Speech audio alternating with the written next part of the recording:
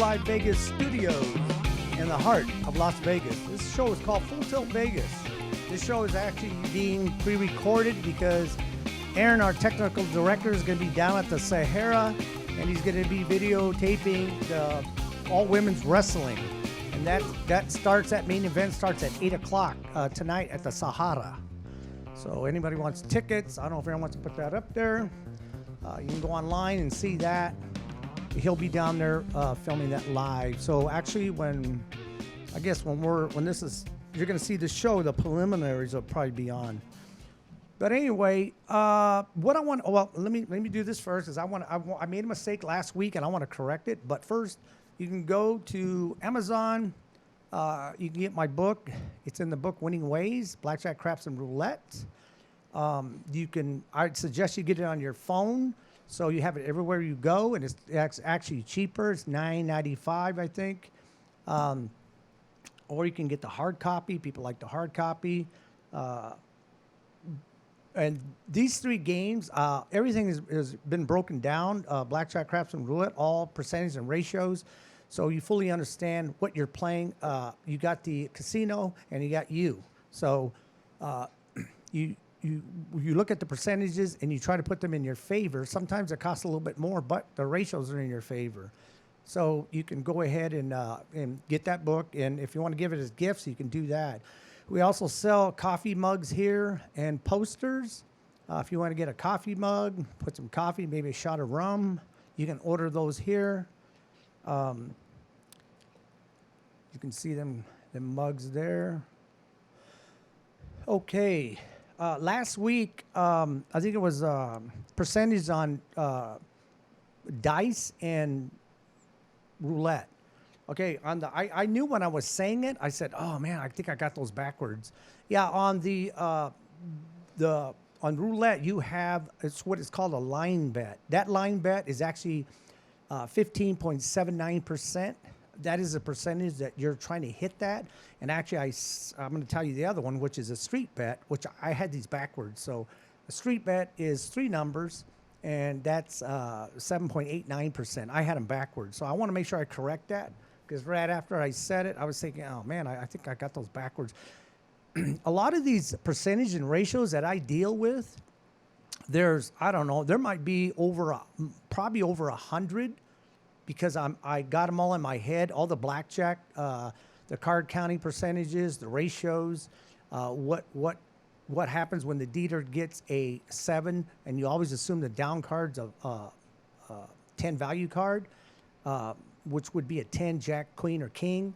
And then you have, say you have a 10 value card and a deuce.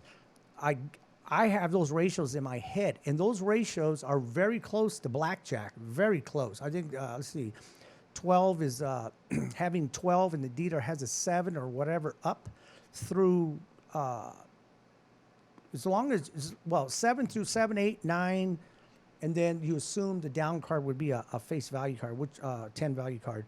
That is in a 6-deck shoe. You're looking at 215 to 93. Blackjack is the same thing. 6 decks, you're looking at 213 to 96. So it's really close. But all the percentages and ratios, I do have other tables that tell you the other percentages, or actually the other ratios, if you have a stiff hand, which is 2 through 6. And all those are in my book, and I did devise those tables, so you can see that. If you want to memorize those, you have to do a lot of memory to get these down. But the main ones is 12, the ratios of 16, and the ratios of blackjack. You should be able to memorize those real easy. There's 3 of them. The 16 is the worst stiff hand you can have. Now, on roulette, same thing. Like I said, I got those backwards because I do play roulette an occasion, but I don't play inside numbers or street bets or flat or line bets. I don't play none of that. I only play first, second, third, 12. I take 2 of those. That's 31.58% to take one of those, and I take 2 of those, And then if I want to play the columns, it's the same percentage, 31.58%, but you're getting 24 numbers, and the casino only has 14. You got the other 12 and the 2 zeros. So that's all I play. So when I play roulette, but there's a whole bunch, all those percentages that I have memorized in my head. It's over 100. So I have to go over them about every week or every 2 weeks. And it doesn't take long. Because I still have them memorized, but I just have to look at them again. And same thing with the dice, every percentage on a set of dice, all the way from aces or 12, all the way to 7, all those percentages, when you add them up, those are easy to remember.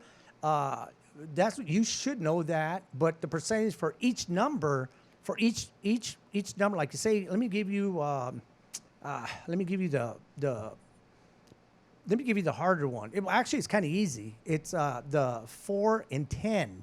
That's 2.7766666667.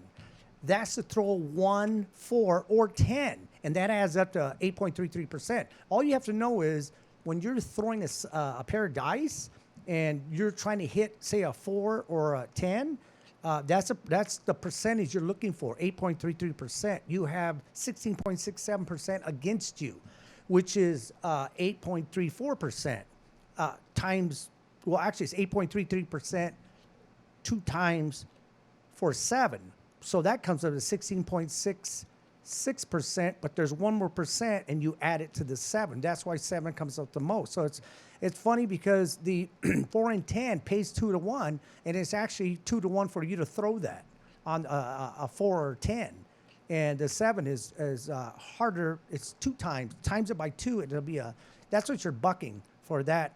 For those percentages. But I wanted to make sure I got that right, because somebody, if they were listening and they're writing it down real fast, I go, oh, if they're following percentages, it's gonna be wrong. So I thought I'd let you know that, and I guess that's about it. Brett's gonna be asking me some questions on anything he wants to ask me on. Yeah, absolutely.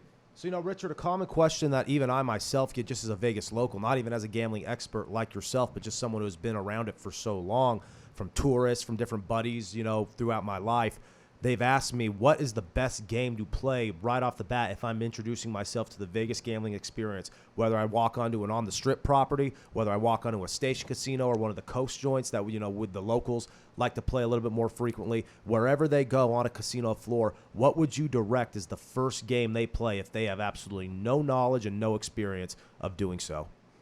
Okay, I'm going to tell you that, but what I would do first, whatever game you're going to play, or say you want to go to play 2 games, you should at least go to Google, and this is the easiest way. Go to Google and find out what the rules are. That would be the first thing, instead of walking up to the table and knowing nothing. The other thing I would suggest, you need to buy my book. It's in the Book Winning Ways. Everything's in there on those 3 games. But excuse me, like Brett said, what is the game? I've never gambled before at all. I would say probably I'd probably be blackjack, because roulette, there's stuff you should know. Right. But blackjack, anybody, if they just tell you, or if you even heard, try to get to 21. But there's other factors besides that, trust me. But that would be the easiest way. It would be blackjack. I would stay away from roulette, because the way I explain roulette on my Delatory 360 Entertainment, you can go see all the roulette. I see all the titles on roulette, and I'll tell you all kinds of stuff about roulette. You just blow your mind. Same thing with horse racing. You want to play horse racing? 7 through 10 episodes.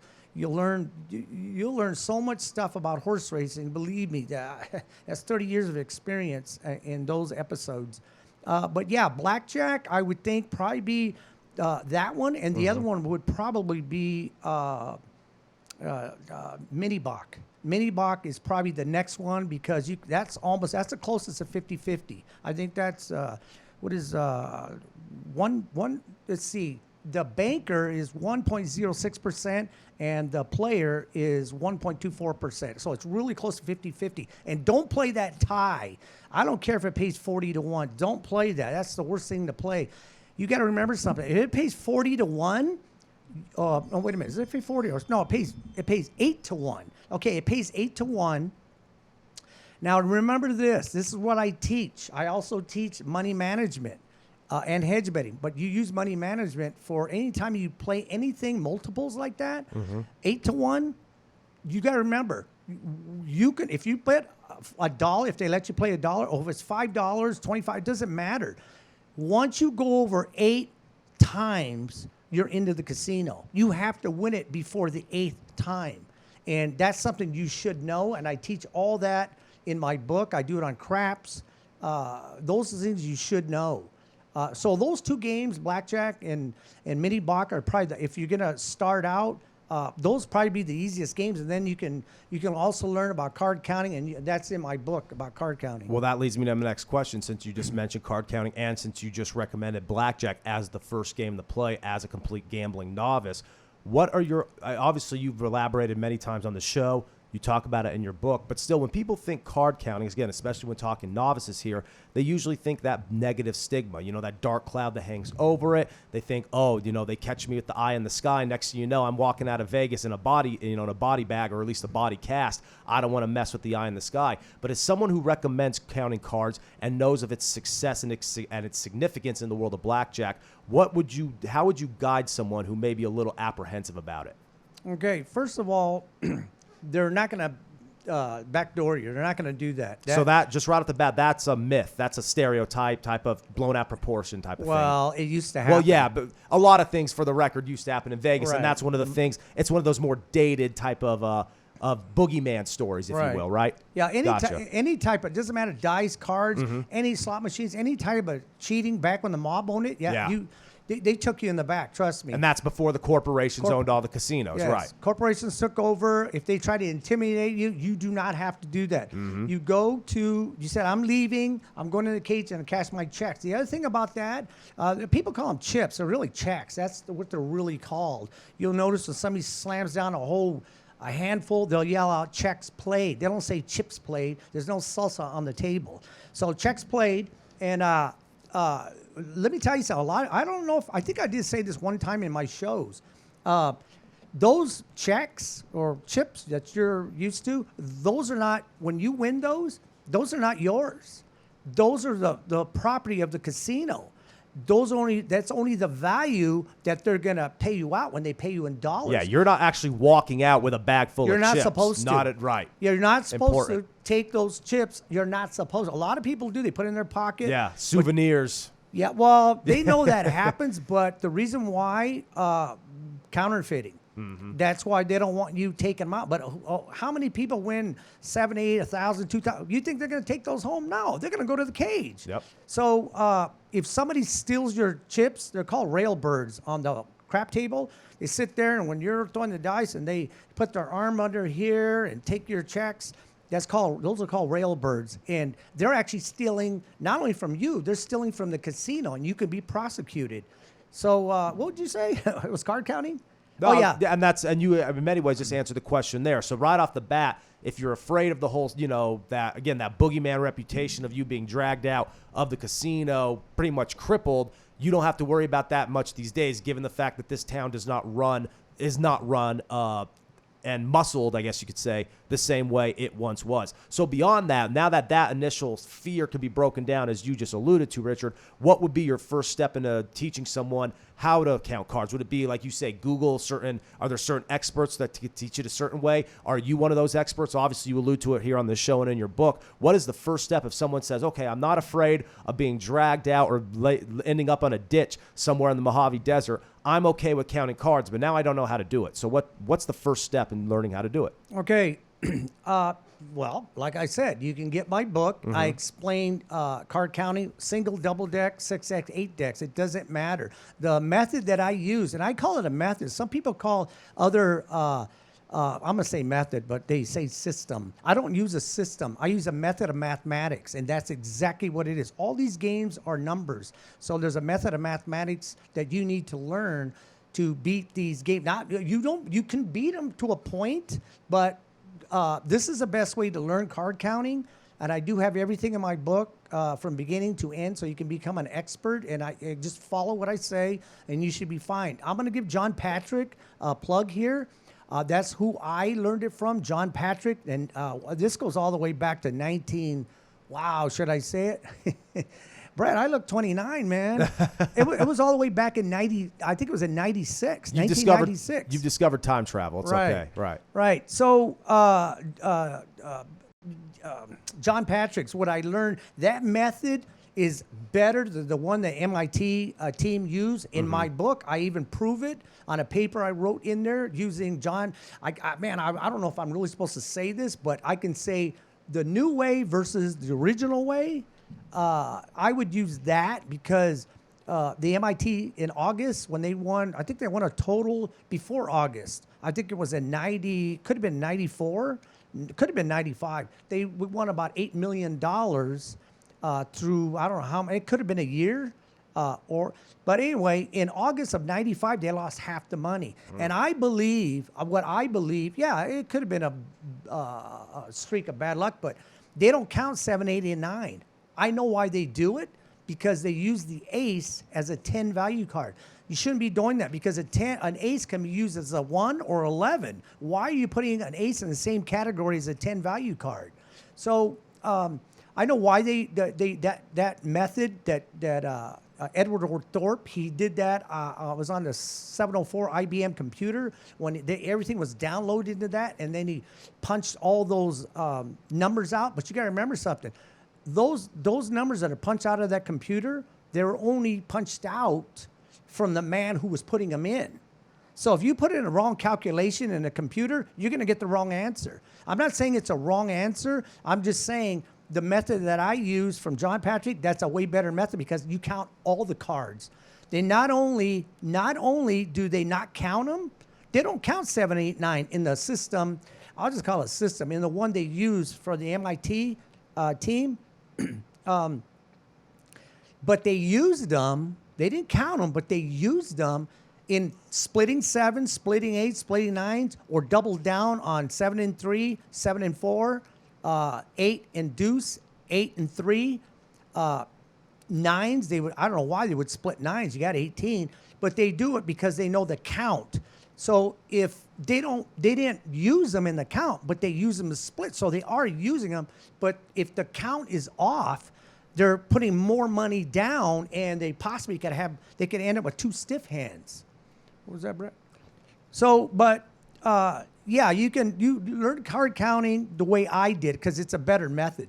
So I have one more question for you before we get out of here, Richard, because that was some great info, and I love the distinction there of method and system. Some are more of a plug and play, rinse, wash, repeat. Some are a little bit more meticulous, a little bit more scientific, and you alluded to the mathematical process that you put into it because in many cases it's just a game of numbers, much like sports betting, as we like to talk about here on the second half of the show, and as we will coming up here on the other side of the break. But before we go to that break, I have one more question to ask you. You often talk a lot about the big significance of craps, how to play them, how you could profit very early on, how it's kind of easier to learn than some of the other games that you may talk about in your book. But you also talk about, when we're off air, the distinction between the craps with dice and the craps with cards. So card craps and dice craps. Most people think of the traditional, that's the word I'm looking for, the traditional rolling of the dice on the table, everyone throwing their money down, going crazy, hoping for 7s. And you talk about that on this show. But maybe something about card craps that people don't know as much. What can you give us there? Okay, the worst thing to play if a casino has 13 decks, and that means it's an ace through 6. That's what's in there. They take out all the 7, 8, 9s and all the 10s. They take all those out. The ace is a 1, and then the 6 is a 6. So they take 13 decks, and they have one shoe, and they put them all in there, and they play with. That's the worst thing I've ever seen, because that average was about 4.5 before 7 came out, and I used it. I actually stood there for a couple of hours doing it mathematically, and I figured it out. It was about 4.5. By the time I decided to, well, I did play there before, but that's the worst thing to play because usually after 4.5, 7 came out. So I kind of had it down, and then they changed it. They went to automatic shoe, which screwed everything up. But, I think to me it was better off playing that automated shoe than it was those 13 decks. The closest you can get to throwing the dice instead, because I know everybody loves throwing the bones. That's the best way to play craps because you might get a huge streak. You can get them on cards too, but the closest you can get to a set of dice, then I've only seen one casino do this. I can't remember which one it was. Might have been Palma, whatever. It's in San Diego County. They have one shoe here and one shoe here, and each one of them shoes has 10 decks. So it's 20 decks. Remember, ace through 6. They take everything out. They put 10 in here and 10 in here. That's the closest it's to almost, I don't know if it was like 2%. That's how close it is to throwing the same thing as dice because you have all those tiny little cards in there. There's so many of them that sometimes it takes a while to hit a 7, but it's hard to find. If you can find a casino that does that, that's the closest you're going to get. And maybe you find somebody who does 8 and 8, that'll be kind of close, but it's 10 is each one, so you're looking at 20 decks. So, but anyway, yeah, I'm gonna get off here because Brett's gonna go into his shtick, and don't forget, I'm sorry if you guys still want to. I don't think they could do it. You can do it on your phone, Twitter or Facebook. You can, if you want to make comments or something. We'll probably end up seeing them. But this show is being taped. It'll be on at 6. And it's funny I'm saying that because when you're seeing it, it'll be 6:30 actually. But yeah, Aaron's going to be technical director. He's going to be doing the all women's wrestling tonight at the Sahara Casino in Las Vegas. So you want to go tickets? I guess you're going to have to look online. Okay, thank you. And you'll see our commercial. We'll be right back. Hi, my name is Richard Delatorre. I'm the author of It's in the Book, Winning Ways. It's on Blackjack, Craps, and Roulette. And you can get it on Amazon, Google Play. You can get it on Barnes & Noble. And it teaches you the ratios and percentages of the casino because the casino is really in charge. I put the percentages and ratios in your favor. You spend a little bit more money, but you have a better chance of winning. Doesn't mean you're going to win. No book should ever say you guarantee you're going to win. But what I did do is I cut down the ratios and percentages so you fully understand them on these 3 games. So you can go ahead and get that book.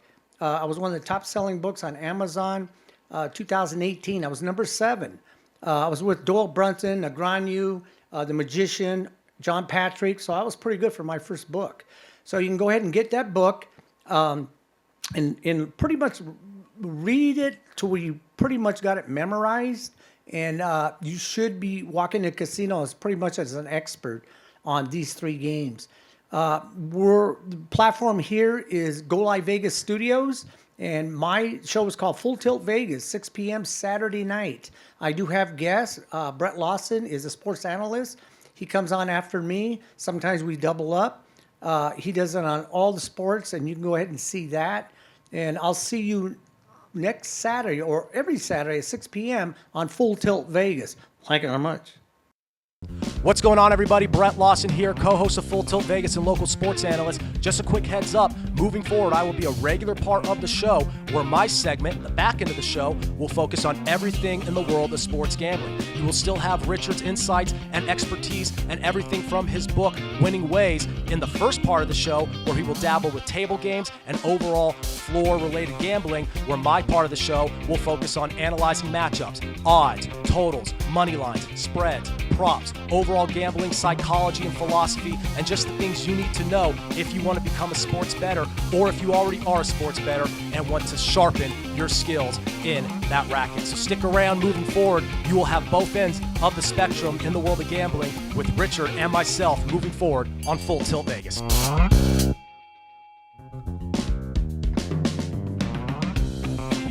All right, welcome back here on Full Tilt. And as I mentioned there before the break, it is time to pivot into the world of sports betting. An awesome insight and expertise there from Richard Del Torre. Again, it's all in the book, Winning Ways, so be sure to check that out. Get it on Amazon.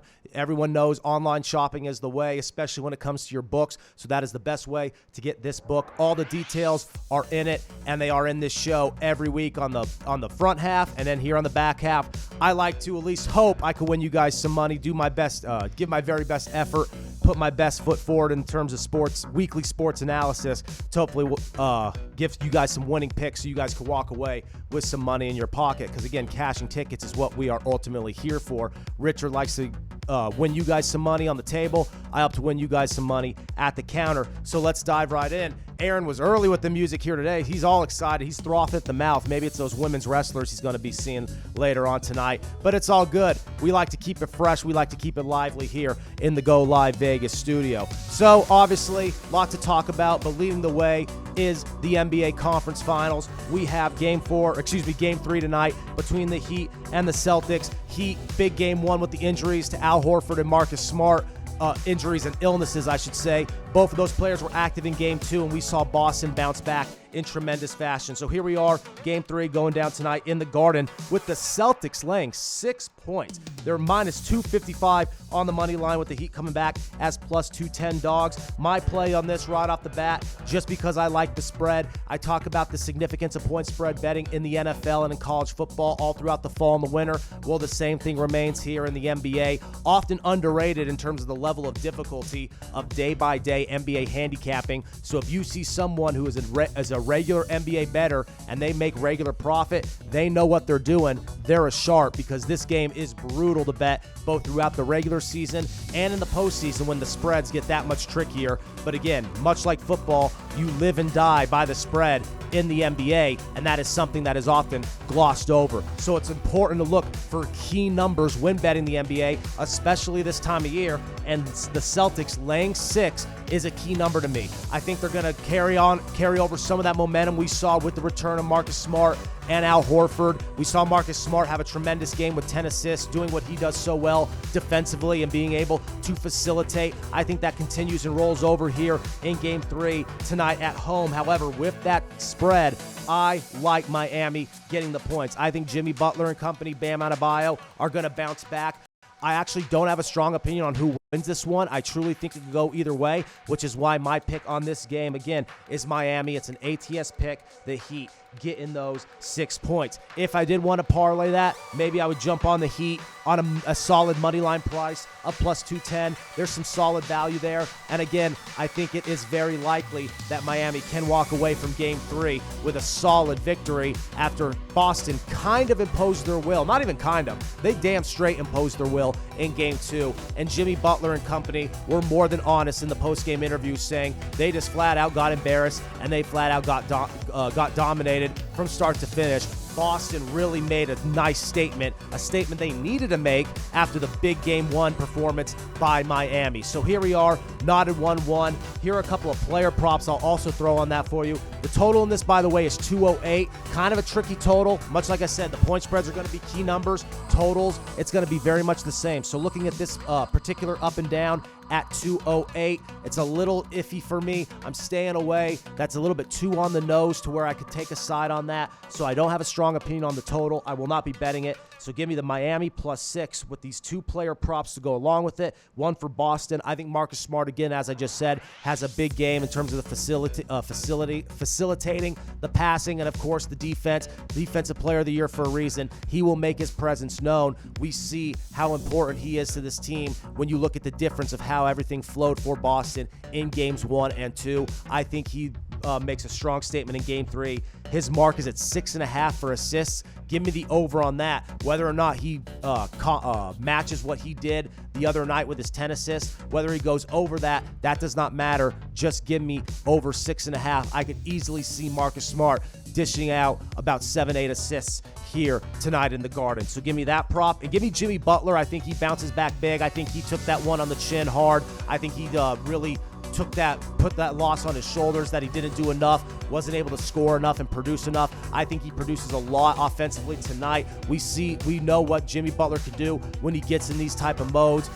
Putting your team on the back is a cliche we use in sports a lot, but that is just one thing Jimmy Butler likes to do offensively, and I think they will be complemented by Victor Oladipo and Tyler Hero, who I also expect to have a big game. His total in points tonight is 15.5, which is also an interesting prop. But give me Jimmy Butler at over 26.5 points tonight. I think he leads the way for Miami offensively, and I think if they keep this close within that 6 points, I think he's a big reason why. So give me Jimmy Butler over 26.5 points. Give me Marcus Smart over 6.5 assists. Again, no strong play or no strong opinion on the total, so no play there, but give me my pick against the spread, Miami +6. We'll jump ahead tomorrow. Again, this is obviously, as Richard mentioned earlier on, a pre-recorded show. Usually we're here live, so in most cases, that game here tonight between the Celtics and the Heat would be underway as of right now. We'd be just about at the halfway point of that. They'd be going into the locker room for the half, and we'd have a little bit more of a story to tell. But here we are, recording the show much earlier, and it's all speculation. So hopefully we'll walk away successful with that one. But now here we are looking ahead to Sunday with that game tonight covered.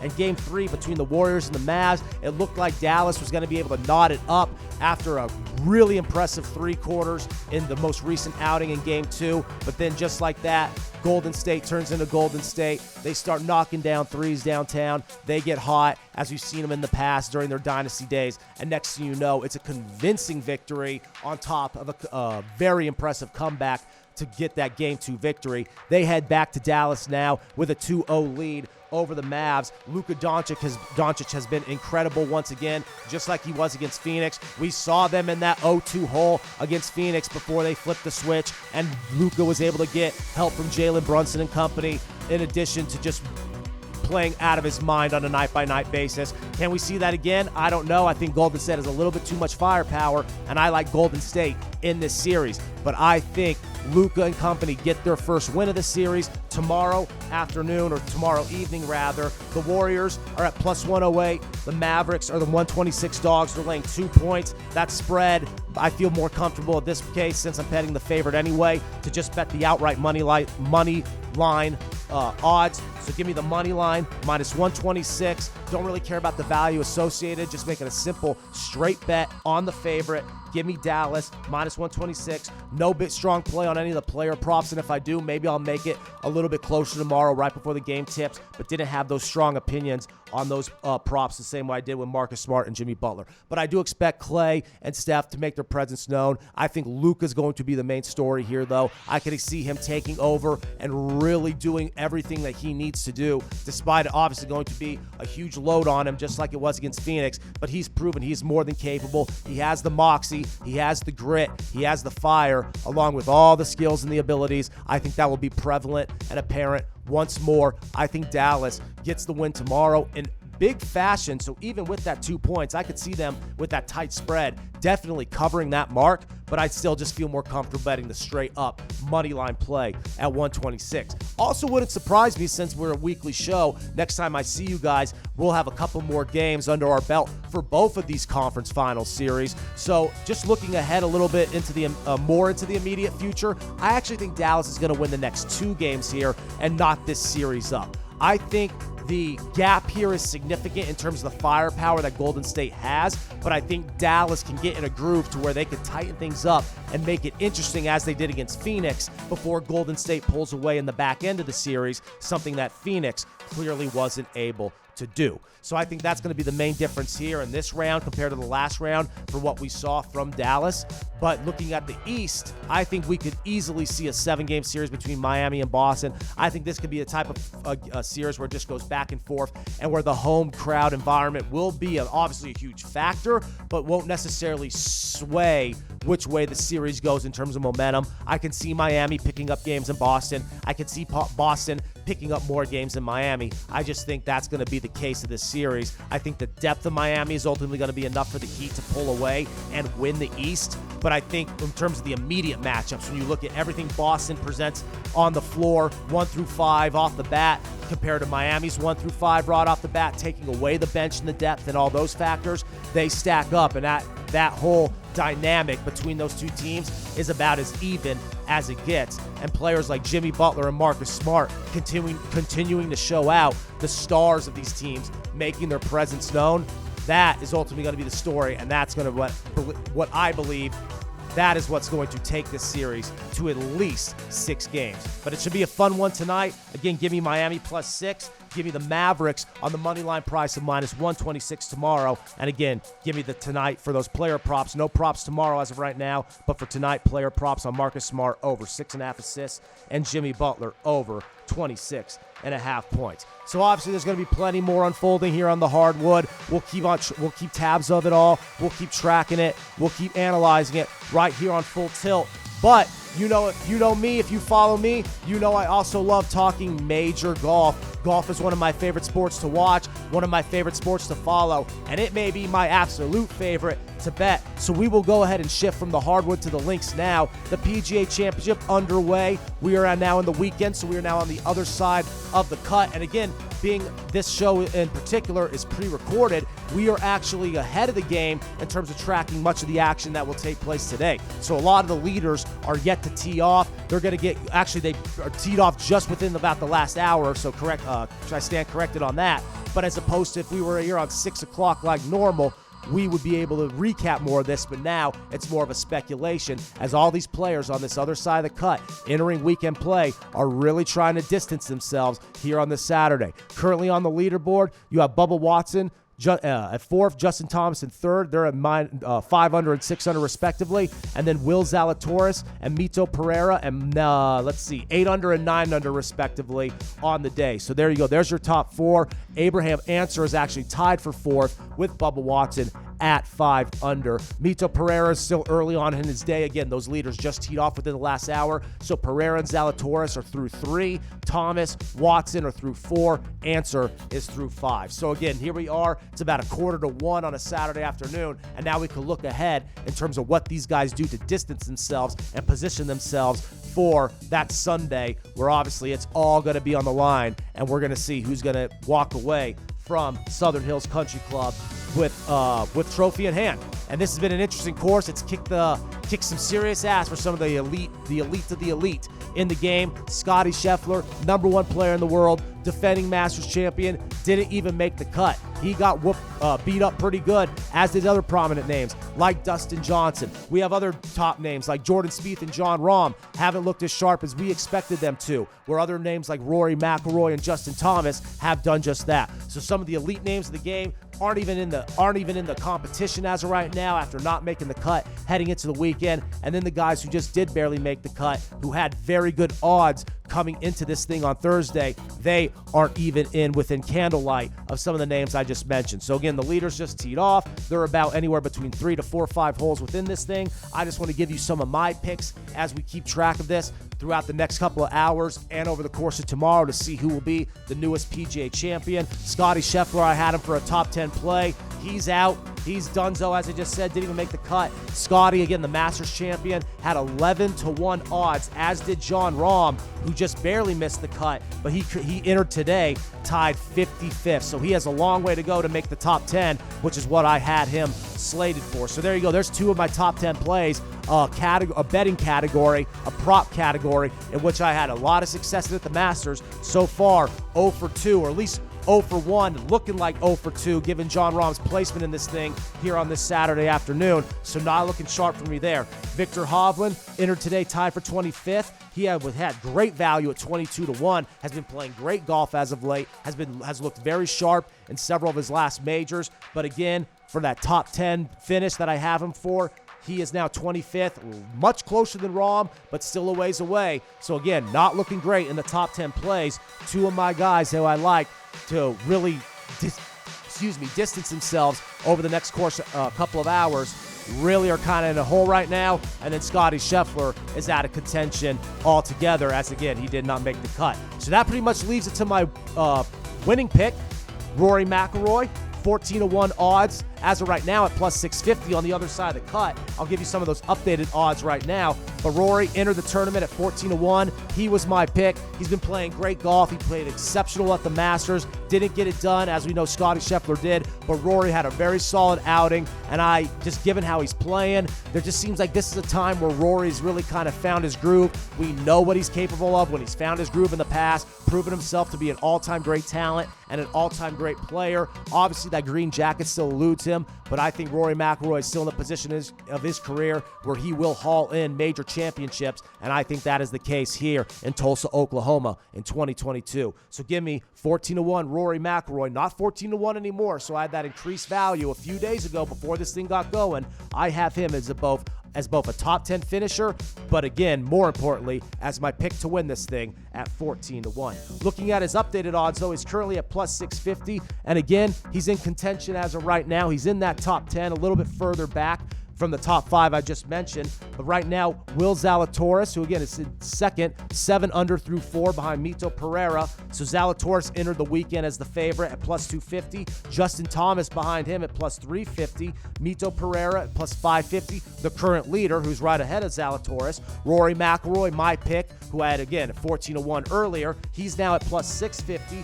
Bubba Watson, who is currently in 4th place through 4 holes. He's 5 under. He's at 18-1. Cam Smith, who was played exceptionally well at the Masters. He was my pick to win it. Didn't get it done, but did pick up a nice win there at the betting counter because he finished in the top 10. He's playing outstanding golf right now, and he's playing very well in the PGA. Has solid odds right now if you want to jump on Cam Smith to get it done over the weekend. We'll see how he can distance himself, or position himself rather. But again, at 20-1, that is a solid mark for the Australian. Right behind him is Matthew Fitzpatrick at 22-1 and Abraham Answer at 22-1, who again is currently tied with Bubba Watson for 4th. So in terms of the outstanding value on the board entering the weekend on the second half of this tournament, you can't get much better than Abraham Answer at 22-1, who is currently tied for 4th. So again, we'll continue to keep track of that over the next couple of hours. Follow me on Twitter. I'll have plenty to say about it. It should be fun. I love major golf. I love major golf betting. Was very successful in the Masters. So far, not looking too successful here, but that's just part of the volatility of betting in general in the sports landscape, and it doesn't get much more volatile than major golf. But hey, you gotta love a good sweat, and major golf at the highest level certainly gives you just that. But again, we'll see if Rory can cash. 14-1, looking good right now, but still a ways to go. We have a lot of tournament left, though, when it's all said and done here at Southern Hills, or there rather, at Southern Hills Country Club. So that about wraps it up in terms of the immediate analysis, in terms of my picks for this weekend. Looking at the hardwood, looking at the golf.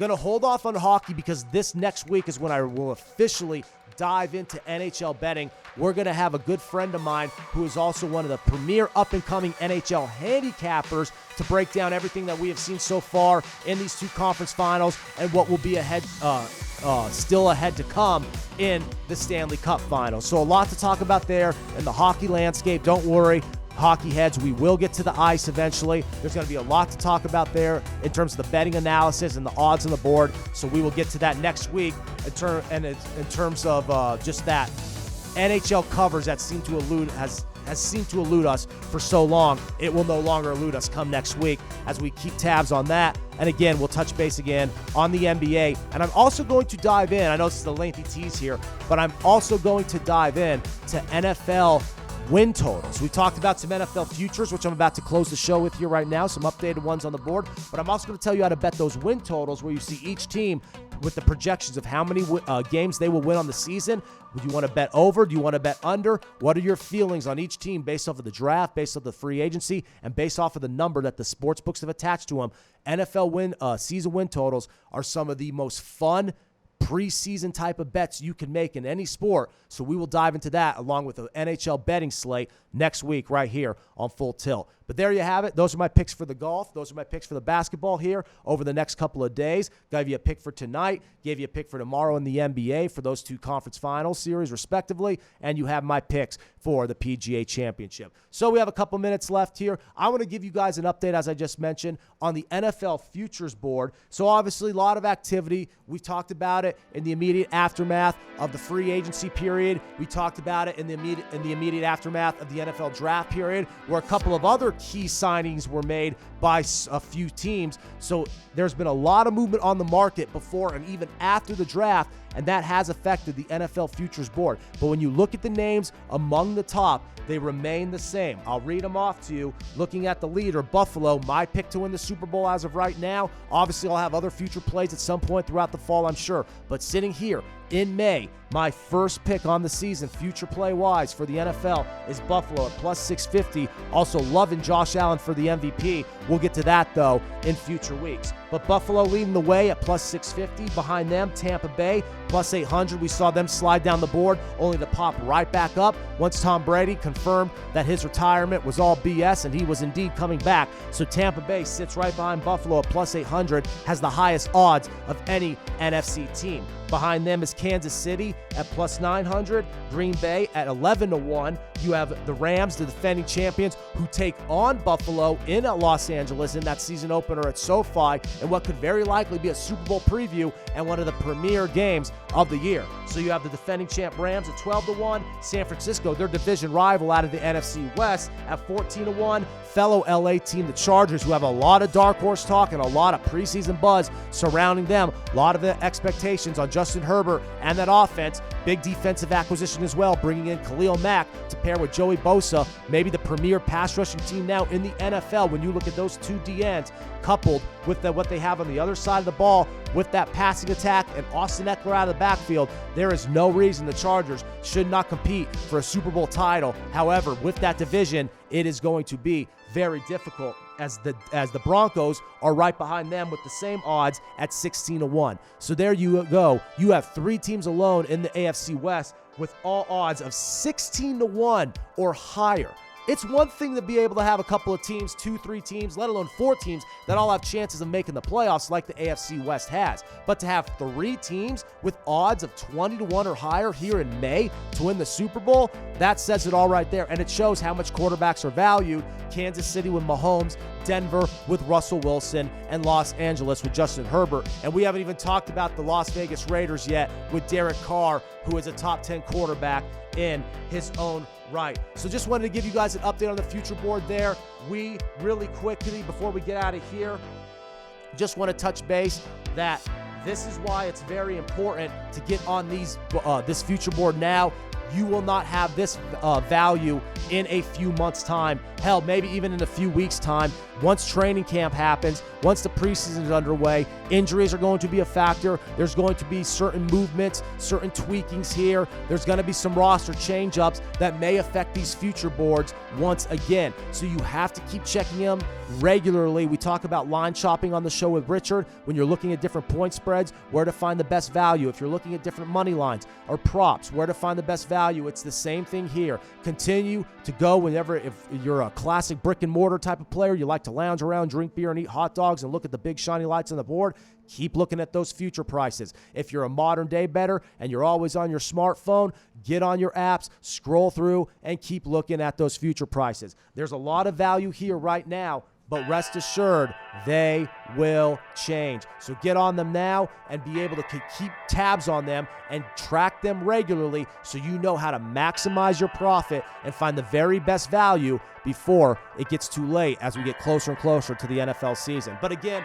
still tons of analysis, tons of preview, tons of speculation still to come, and we will track all of it here on Full Tilt. Again, NFL season win total analysis next week. I'll give you some of my top picks as I make plays on those marks, tell you whether to go over, under, what teams I'm bearish on, what teams I'm bullish on, and we will also start to do the same as we get closer to the college football season. Obviously, a lot of headlines there this past week with the beef growing between Nick Saban and Jimbo Fisher, but that beef is deeply rooted. It has been there for a long time. It's only a matter of time till something like this escalated. Now, take it with a grain of salt. Anytime SEC, as you may have seen me mention on Twitter, anytime SEC coaches try to play moral high ground over each other, it's pretty laughable, and it's pretty hard not to roll your eyes, especially when it's coaches of the status and the pay scale of Jimbo Fisher and Nick Saban. So it's a little hard to take seriously, but at the same time, it adds a whole lot of fuel to the fire. And we saw the Aggies upset Alabama in crazy fashion last year. As of right now, Alabama for that game come October 8th, 2022 is a 16-point favorite.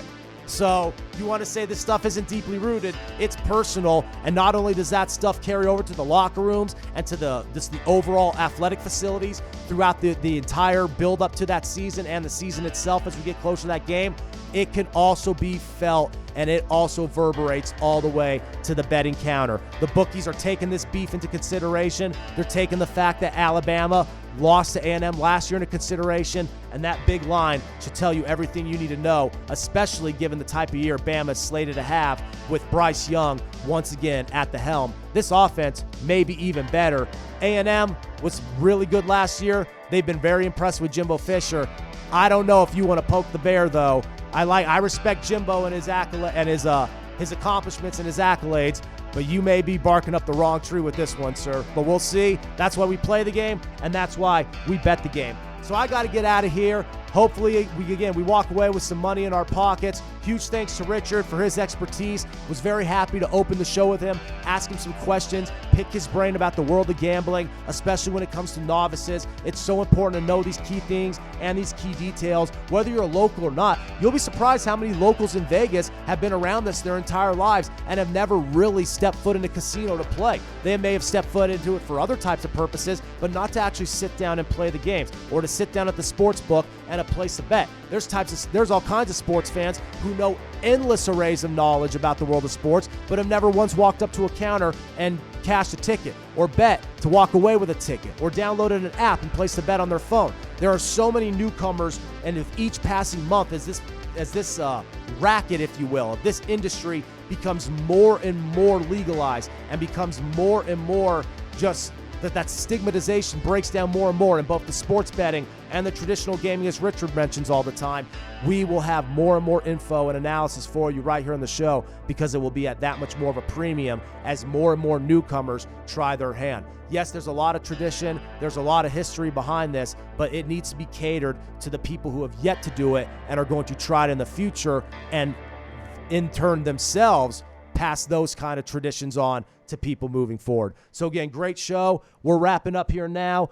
Again, thanks to Richard. Get his book online wherever you shop. If you're shopping for books online, as most people do, check it out. It's in the book Winning Ways. Be sure to follow him on Twitter and myself at Brett Lawson LV. Again, I'll be tweeting about the PGA and the NBA Conference Finals the rest of the way. So enjoy your weekend. Again, we'll be back in our regular scheduled time next week at 6 Pacific time right here on Go Live Vegas. So follow us on all our social media platforms. Download the app. Catch us on Alexa. And we'll see you then right here on Full Tilt at the regular time next week. Good luck on your plays. Get that book, Winning Ways. It's all there for you, and we will catch you here for plenty more next week. For Richard, Brett, Aaron, we're out of here. Have a great week, everybody.